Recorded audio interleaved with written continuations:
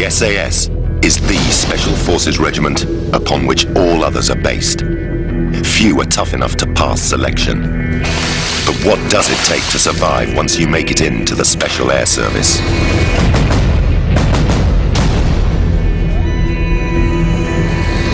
Using a series of dramatic scenarios, a team of hardened ex-SAS veterans have agreed to reveal the survival secrets that kept them alive.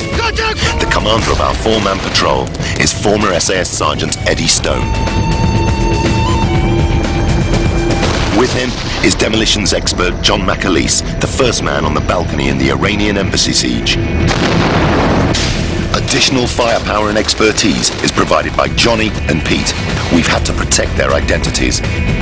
Together, they'll show you how members of the world's most elite regiment fight and survive, and reveal just what it takes to wear this badge. On SAS Survival Secrets, we reveal how to survive brutal interrogation and torture. Name, rank and number! When in the hands of a violent enemy force. And we look at how to escape and evade the enemy SAS style. Last time on SAS Survival Secrets, a four-man patrol went on a fictitious mission behind enemy lines. They set up an observation post, gathered intelligence, and took out a target. But this has led them to being compromised and resulted in a series of running battles with the enemy ever since.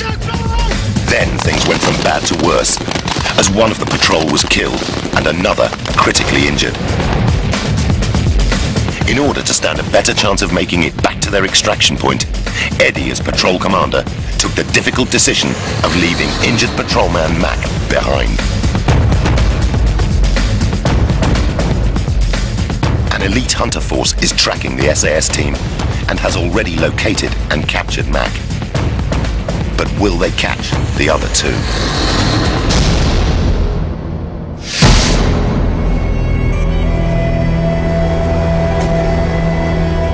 Eddie and Pete are the two remaining members of the SAS patrol. Unaware of Mac's capture, they have made good tracks overnight and are nearing a helicopter rendezvous ready for extraction. The RVs or pickup points are pre-selected prior to the mission. We'll look at the map and we'll choose them off the map, areas of little habitation, areas where the aircraft or the boat can get into. We'll pick 3 or 4 different locations. If we get bumped at one, you can always resort to the secondary RV. When you arrive at the RV, then you will contact your pickup. A determined hunter force remains hard on the heels of the two-man patrol. But because they need to make a quick getaway, the team has abandoned the normal operating procedure of covering their tracks. This has allowed the commanders of the hunter force to use their expert tracking skills to pursue them. Fresh, very fresh. No more than 10-15 minutes. The SAS know this will happen, but they have no choice. They are outnumbered, so their only option is to get to their extraction position as quickly as possible. Just keep cover, I'm just going to go in the Sarby. Get hold of it. Having had to destroy their radio when making their escape, Eddie prepares to call in a rescue helicopter using his Sarby. Sarby has been used by the SAS since the mid-1950s and is a lightweight radio allowing ground patrols to link up with support aircraft flying overhead. Hotel 1, this is Charlie 19, ready for pickup, over. Hotel 1, roger. ETA, your location, 5 minutes. As the SAS patrol wait to be extracted, the elite hunter force prepare to surround and capture them.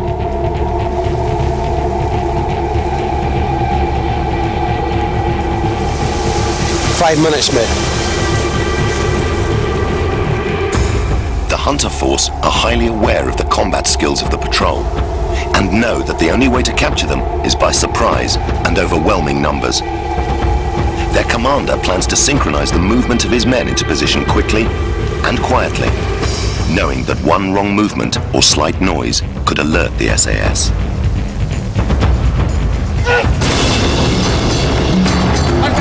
Move hands away from the women! Hands in your head! Outnumbered and outgunned, the patrol have no other option but to give themselves up. Let's go! On your knees! Move! When you're initially captured or challenged by the enemy, the first thing you've got to do is look at the enemy. See if they're professional. See how many of them there are. See if you're surrounded. If you're surrounded, then you want to commit suicide, you'll try and fight your way out of it. If you don't, a sensible person will surrender and then look for the earliest opportunity to reverse that situation. Go your knees! Move! Now at the mercy of their enemy, all Eddie and Pete have to look forward to is a violent interrogation process. Up! Get him away now! Move!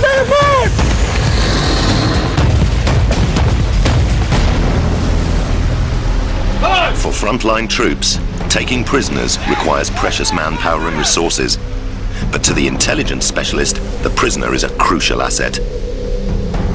He may have information about troop strengths and positions that could make the difference between a battle won or lost. As a captive, you're likely to be taken to the nearest enemy post that has secure holding facilities. Here you can expect nothing but rough justice from enemy troops. But this is just the start of the softening up process. Get out of here!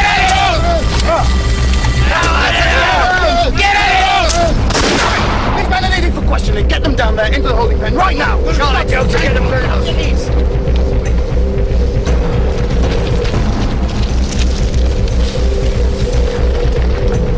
They'll want to humiliate and degrade you and try to destroy your spirit and resolve.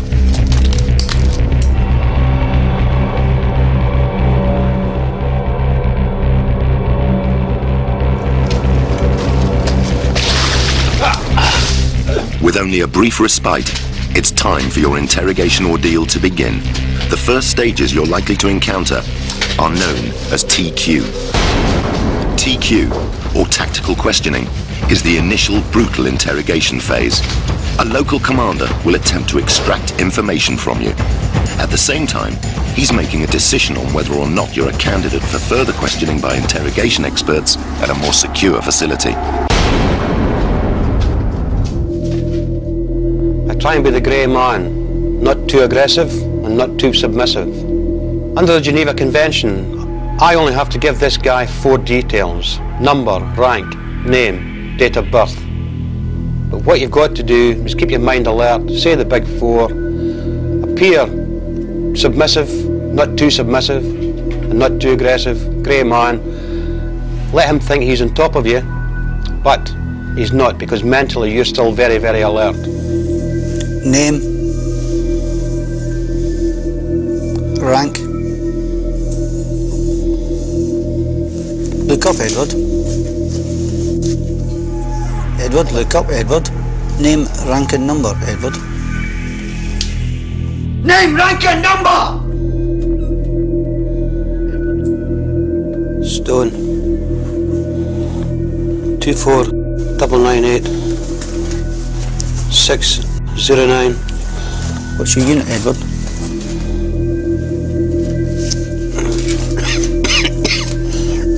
You need to try to play the sympathy card with your captors.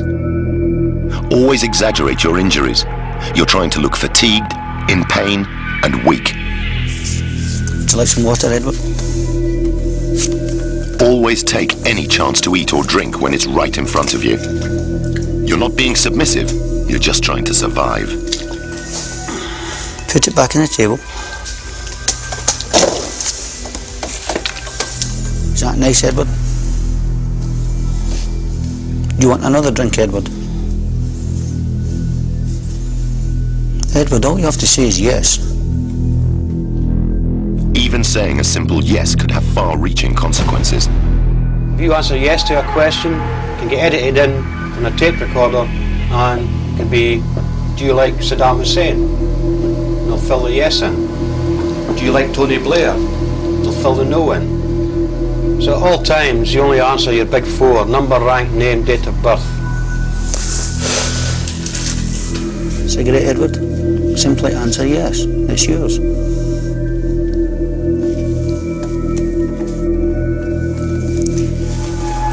This is not normal British Army issue, is it, Edward? Only Special Forces use this. Are you Special Forces, Edward? Are you?